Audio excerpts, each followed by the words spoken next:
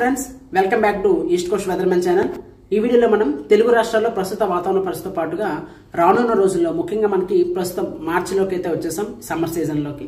So రానున్న రోజుల్లో ఎండైతే ఏ విధంగా ఉండబోతుంది, అదేవిధంగా వర్షాలు మనకి ఏంటంటే సమ్మర్ థండర్ స్టార్మ్స్ అంటాము, అకాల వర్షాలు ఏవైతే ప్రారంభమవుతాయి.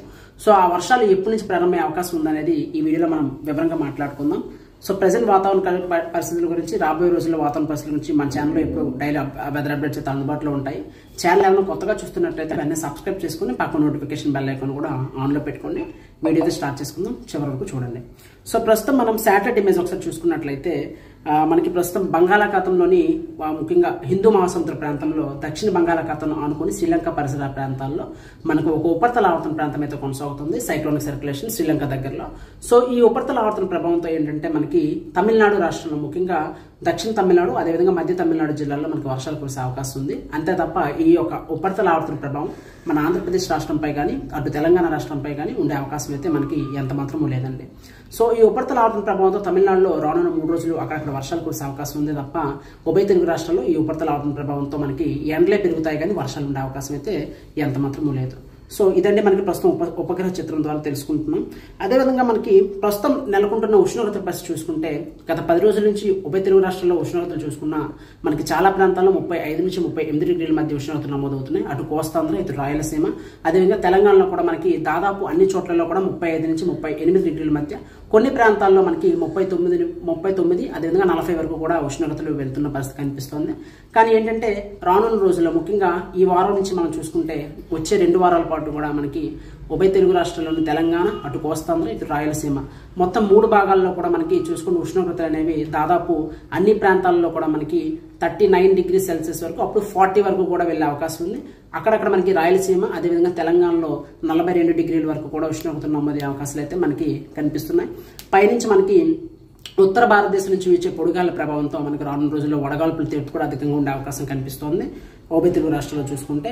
సో ఏంటంటే ఇదండి వచ్చే 10 రోజుల వరకు కూడా ఒకసారి వర్షపాతాన్ని అయితే మనం చూసుకుందాం.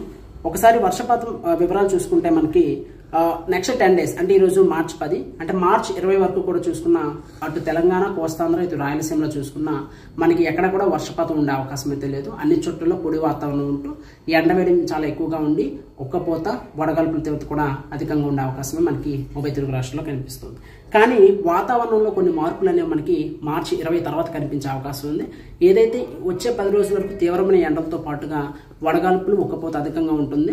ఆ వడగాల్పులు ఉక్కపోత నుంచి మనకి 20వ తారీఖు తర్వాత అంటే మార్చి 20 తర్వాత మనకి మోడల్స్ అనేవి కొన్ని వర్షాలు అయితే చూపిస్తున్నాయి. ఏంటంటే మనకి అకాల వర్షాలు అంటాము. ఏదైతే మనకి ఉదయం పూట ఎండ ఎక్కువగా ఉండి సాయంత్రం పూట అకస్మాత్తుగా భారీ కారు మబ్బులు కమ్ముకొని ఉరుములు మెరుపులతో కొన్ని వర్షాలు, ఎదురుగాలతో కొన్ని వర్షాలు అనేవి మనకి మార్చి 20 తర్వాత మనకి ప్రారంభమయ్యే అవకాశం అయితే మనకి తెలుగు రాష్ట్రాల్లో అంటే ఆంధ్రప్రదేశ్, తెలంగాణ రాష్ట్రాల్లో కనిపిస్తుంది.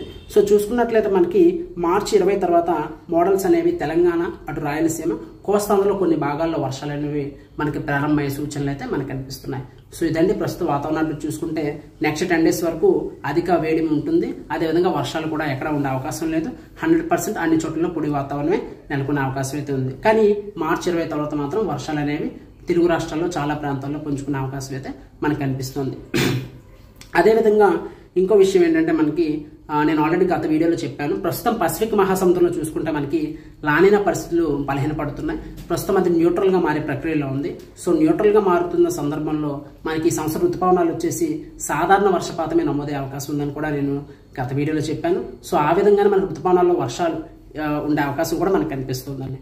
సో ప్రస్తుతానికి ఇదండి. నెక్స్ట్ వీడియోలో మళ్ళీ కలుసుకుందాం. సో అంతవరకు సెలవు. థ్యాంక్ యూ అండి.